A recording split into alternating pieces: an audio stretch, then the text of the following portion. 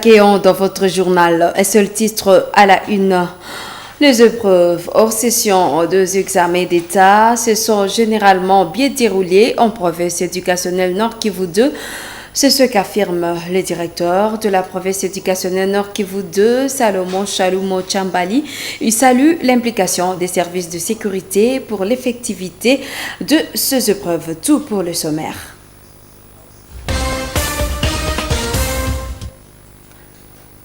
Voici l'élément du titre. Le directeur de la province éducationnelle Nord Kivu 2, satisfait du beau déroulement des examens hors session édition 2022-2023, Salomon Chalumo Chambali indique que les services de sécurité ont facilité le bon déroulement de ces épreuves. Néanmoins, il déplore l'absence de certains élèves dans leur centre de passation de l'examen le premier jour de la dissertation. À leur croire, sur 30 416 élèves attendus, seuls 4 371 se sont présentés le premier jour. Par ailleurs, le prophète déplore l'incident qui s'est produit à l'Institut Kinyavouiri lors d'une séance de pratique professionnelle.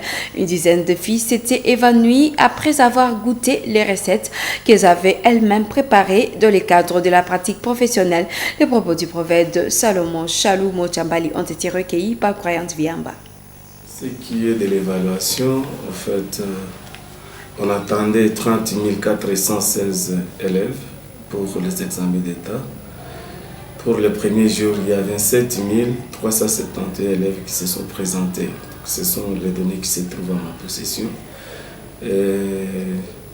Les examens d'État se sont déroulés correctement, sauf qu'à la pratique professionnelle, il y a eu un incident dans un centre où à peu près 17 enfants ont eu un problème par rapport à l'intoxication alimentaire.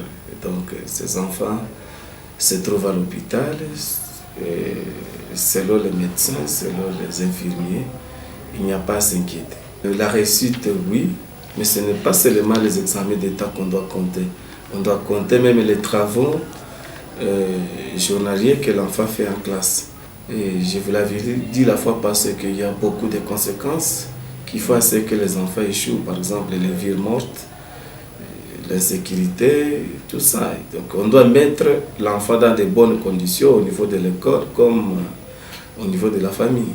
Je ne crois pas qu'il y ait un enfant ou bien un finaliste qui aurait manqué aux examens d'État à cause des frais scolaires parce que il était instruit au chef de centre de récupérer tous les enfants et ne pas chasser les enfants à cause des frais liés aux examens d'État. Le coordonnateur du comité des élèves à Butembo appelle les autorités de l'enseignement primaire, secondaire et technique de s'impliquer dans le paiement de la facture de ces élèves finalistes de la nutrition, tout en rassurant de l'évolution positive de ces filles.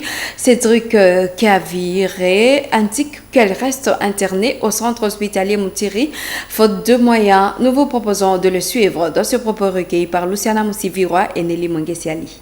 Au centre Butembo 4, il y avait certaines finalistes, voulais-je dire, qui ont tombé évanouies, vu qu'aujourd'hui même nous ne connaissons pas la cause, la vraie cause de l'effet.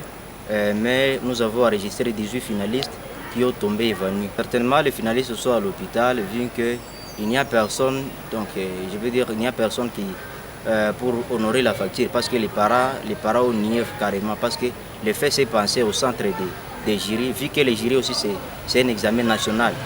C'est pourquoi nous, comme État comme la coordination des comités des élèves, nous aimerions en fait que les autorités de l'EPST puissent se prendre en charge et surtout honorer les factures qui sont déjà prêtes. En fait, il y a une facture que je connais bien, c'est $92.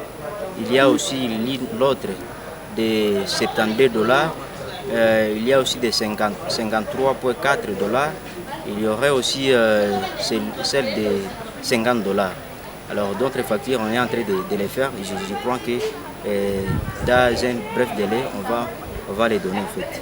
Pour tous les médecins, surtout les médecins des centres hospitaliers Moutiri, de voir comment faire pour harmoniser les prix. Parce qu'aujourd'hui, la vie est vraiment n'est pas facile. Autre chose dans cette édition, rumeur autour de l'adhésion de Rose Touambiane à la FDC et alliée, cette actrice politique a levé l'équivoque lors de l'émission UPECO. Rose Touambiane a éclairé la lanterne au sujet des prétendus liens entre ce parti politique et les députés Mwanga Chouchou. D'après elle, ce député n'a jamais été membre de la FDC et allié, tout en rassurant qu'elle reste constante dans ce choix. Elle appelle la population à ne pas céder à l'intoxication de certains acteurs politiques. Nous vous convions de suivre Rose Touambiane dans ce propos. De la parole, le parti politique AFDC et le regroupement FDCA a été initié par le professeur Modeste Batilkwebo. Il est congolais, de père et de mère. Pas comme les autres, pas comme les autres, il est originaire du sud Kivu, notamment précisément du territoire de Katana. C'est un nationaliste, un patriote. On n'a pas le temps de parler de son profil et des actions qu'il a fait. Et donc, les partis politiques AFDC, c'est un parti congolais, des Congolais, initié par un Congolais. Vraiment un patriote qui est d'ailleurs incomparable s'il faut comparer avec tous les leaders politiques de son ère actuellement en fait. Je voudrais souligner encore une fois que je ne connais pas Mwanga Chouchou. J'ai fait mes sondages personnels, mes recherches sur Google parce que nous avons un site de l'AFDC où il fallait que je cherche les députés élus de la liste FDCA. Je n'ai pas trouvé Mwanga Chouchou. Parce qu'il fallait que si je les trouvais là-bas, je devrais peut-être poser des questions auprès des autorités. Mais Mwanga Chouchou n'a jamais piétiné, n'a jamais adhéré à l'FDC. Il appartient à un parti politique qu'on appelle ACO. ACO, il est élu de Rutshuru. Nous connaissons le problème de notre pays. Nous avons déjà plusieurs infiltrés au sein des institutions politiques. Je présume que peut-être Mwanga Chouchou et les autres Rwandais qui sont dans des partis même de chez nous, au niveau de Goma là-bas, qui sont nés sur le sol congolais peut-être. Mais ici, s'il faut connaître les histoires, non, c'est juste des histoires racontées par les adversaires à ma de positionnement. Les hommes, malheureusement, qui essaient de combattre une dame qu'il fallait quand même protéger, ça je dois dire, je suis parmi les rares femmes de la communauté qu'il faut protéger et au besoin accompagner. Mais ils doivent avoir honte. Ils doivent avoir honte de s'attaquer surtout avec les maçons. Les gens le savent bien. Donc, nous devons nous aimer vivants, comme certains le disent. Nous devons nous soutenir. Moi, je ne suis pas contre les autres. D'ailleurs, sur le terrain, je ne peux jamais parler de mal contre un frère, contre un père, contre une soeur. Mais quand je rencontre une mère laissée par un frère, je réponds à cette mère. Donc, moi, je ne provoque pas, mais je réponds. C'est différent. Autre chose, l'humanité a célébré vendredi 12 mai dernier la journée internationale de la santé des végétaux, une journée qui a été instituée dans le but de sensibiliser le public et inciter chacun à agir pour préserver la santé des végétaux et contribuer à la protection de l'environnement et de la biodiversité. À Butembo, il y a quelques mois déjà que l'Université de l'Assomption au Congo UAC s'est investie dans cette lutte. Cette institution dispose d'un laboratoire in vitro spécialisé dans le retraitement et la régénération de bananiers pour accélérer leur croissance. Joël Tali, dans ses reportages. Il y a un mois, l'Université de l'Assomption au Congo UAC a procédé au lancement de la plantation de ses premiers vitroplants, des plantules produites de son laboratoire. La croissance de ces plantules est aussi spectaculaire. Mais comment obtient-on ces dont les résultats est visible et qui émerveille nos vues? Il s'agit avant tout d'un bananier ordinaire qui peut être prélevé de n'importe où. On y extrait les méricèmes, cellules de base d'une plante, qui est remise au laboratoire pour être retraitée. Nous arrachons dans nos champs, ici, par-ci, par-là. On peut dire que c'est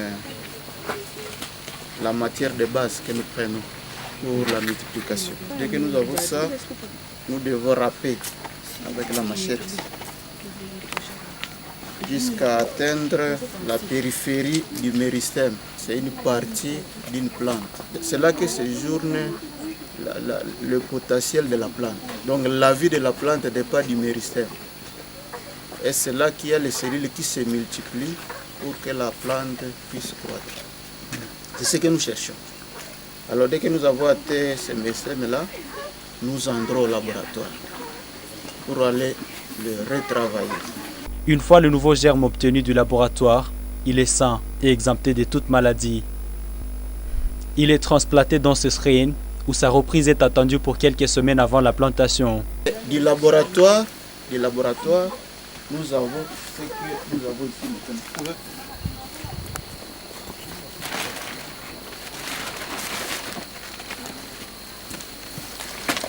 Et alors, vous voyez, ça c'est ce qui est venu tout droit du laboratoire. C'est ça. Et là, ça vient de faire, depuis que nous les avons tirés du laboratoire jusqu'ici, ça vient de faire 2 semaines. Ça commence à reprendre. C'est pour l'acclimater, pour que ça s'adapte au milieu ambiant. Quand il y aura déjà une reprise complète, nous allons mettre dans les sachets. Et vous voyez, ça c'est ce que nous avons mis dans les sachets à partir d'hier. Et nous allons attendre 1 mois. Après 1 mois, nous allons amener du screen 1 au screen 2. Parce que nous jouons sur la température. C'est fermé. Et la lumière qui traverse ce film plastique ici, la température va augmenter la croissance, mais en maintenant le milieu stérile, à l'abri des microbes. Parce que ce que nous voulons produire, ce sont des rejets sains qui n'ont pas de microbes. Ça peut aller contracter les microbes au champ, mais tout ça c'est déjà limité. Mais au moins, la plante sera capable de supporter, de résister. Bientôt nous allons installer notre dispositif qu'on appelle serre. Et dans ce dispositif-là, on calculera maintenant la température. Avec l'expérience de l'Université de l'Assomption Congo UAC, 6 mois ont suffi pour en arriver jusqu'à cette étape pour obtenir ces plantules. Ces végétaux devraient à principe être d'un germe nouveau, avec la capacité de croître en 7 mois ou plus tard pour être consommables. Cette initiative de l'UAC vise à résoudre le problème des maladies qui s'attaquent aux bananiers dans la région. Autre chose, en Ituri, la mission de la pacification de la province continue à préoccuper le gouverneur Luboya Kanchama Johnny. Dans sa mission, le lieutenant général a tenu une parade à Boga, dans la chefferie de Bahema Nord, où il séjourne depuis quelques jours. Sur place, le gouverneur de l'Ituri a interpellé les éléments des forces de l'ordre et de sécurité à plus de vigilance et à rendre leurs tâches avec toute rigueur. Et un reportage de la cellule du gouvernorat de l'Ituri.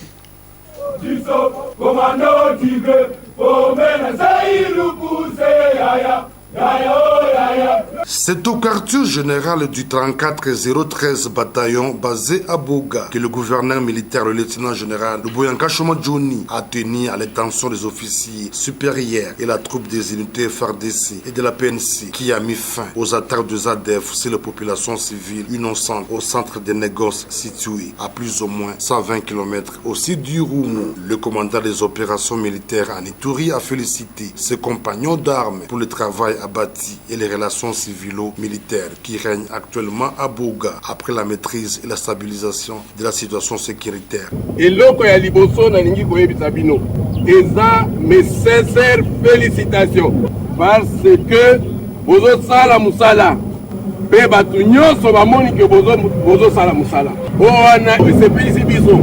Poursuivant sa communication, le haut gradé de l'armée en Ituri a encouragé ses frères d'armes à demeurer disciplinés et attachés à la défense de la patrie dans l'appui mutuel sur le champ de bataille. N'encourager bino makasi pona musala bozo sala.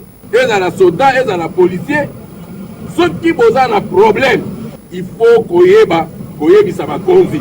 Reconnu pour son esprit d'écoute et son cœur d'humanisme, le gouverneur militaire a répondu à quelques préoccupations de ces jeunes soldats.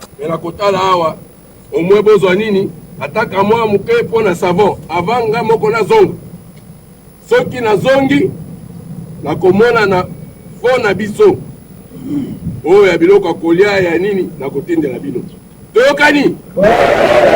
Le gouverneur militaire a, au nom du chef d'état-major général, appelé à résoudre les problèmes liés aux opérations où les forces armées montent en puissance. Avant de prendre la direction de Tchabi et Bourassi, le gouverneur militaire avec sa suite a eu droit à un briefing opérationnel par le commandant 4013 bataillon, occasion pour le commandant des opérations militaires d'apporter les observations et donner les nouvelles directives opérationnelles en vue de redynamiser la traque contre les ADF pour la neutralisation définitive et restaurer l'autorité de l'État sur toute l'étendue de la province.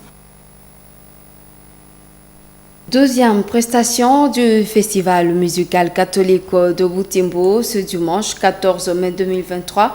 6 chorales ont presté pour cette séance de la deuxième demi-finale.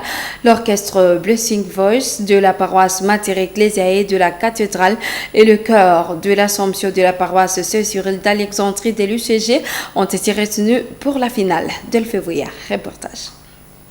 En ce deuxième tour, les groupes qui ont presté sont notamment le chœur de l'Assomption de l'UCG, Notre-Dame du Mont-Carmel de Sainte-Croix-Kiavouiri, Pasteur Bonus de l'Échelle du Paradis Boutetebaz, la chorale Saint-Augustin de la paroisse Cœur Immaculé de Marie de Kitatumba, l'orchestre Blessing Voice de la cathédrale et Notre-Dame de Guadeloupe de Moussimba. Ceux-ci ont exécuté des chants indiqués pour la prestation. Pour la première fois, il s'agissait de textes communs pour la paix. Le deuxième tour a consisté à chanter un chant commun composé à l'honneur des Vessengo de l'épiscopat de Monseigneur Sikoulipalouk Melksedek. À la troisième position, un chant au choix des nénés en musique dans la région et a fait les chants communs Eucharistia.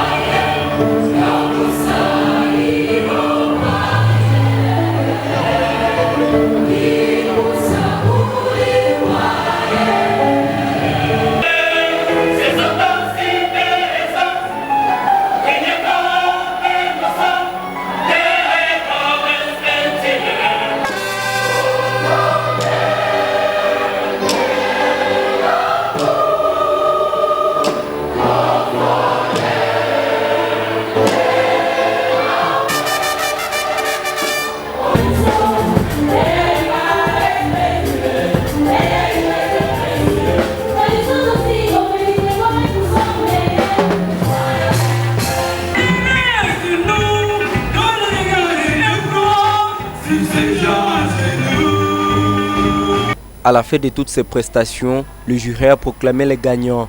Il s'agit de l'orchestre Blessing Voice de la cathédrale, suivi du chœur de l'Assomption de la paroisse Cyril d'Alexandrie de l'UCG.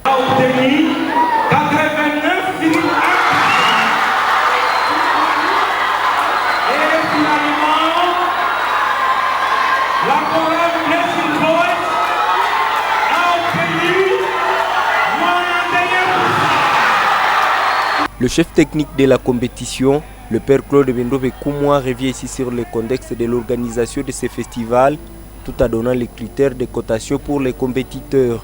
Le premier critère sur lequel nous misons, c'est justement la prestation musicale elle-même. Donc elle compte sur 50%. Et quand nous parlons de prestations, c'est la façon de se tenir sur une scène, la façon de tenir le micro, la façon dont les musiciens interprètent les chansons instrumentales et en même temps la façon de chanter. La façon de garder son sang-froid sur scène, la façon de maîtriser le public, la façon, bref, de s'exprimer à travers les chants. Le représentant de l'évêque du diocèse de Butembo-Béni, M. l'abbé Ignace Matungwa, remerciait toutes les personnes qui ont contribué de près ou de loin à ce festival de la paix. De la part de notre évêque, c'est de féliciter tous ceux qui participent à ce festival, tous ceux qui contribuent à son évolution, notamment les chœurs, les chorales et les formations musicales qui se sont engagés. Leur engagement, leur participation nous a fait découvrir qu'il y a tant de talents, tant de dons dont nous nous sommes pourvus dans notre église, dans notre communauté. La finale est prévue pour le dimanche 22 mai 2023. 4 groupes vont se manifester pour la conquête de la première place dans ce festival musical. Il s'agit de la chorale Saint-Alexandre de Base, Efata de l'UCG, l'orchestre Blessing Voice de la cathédrale et le chœur de l'Assomption de l'UCG.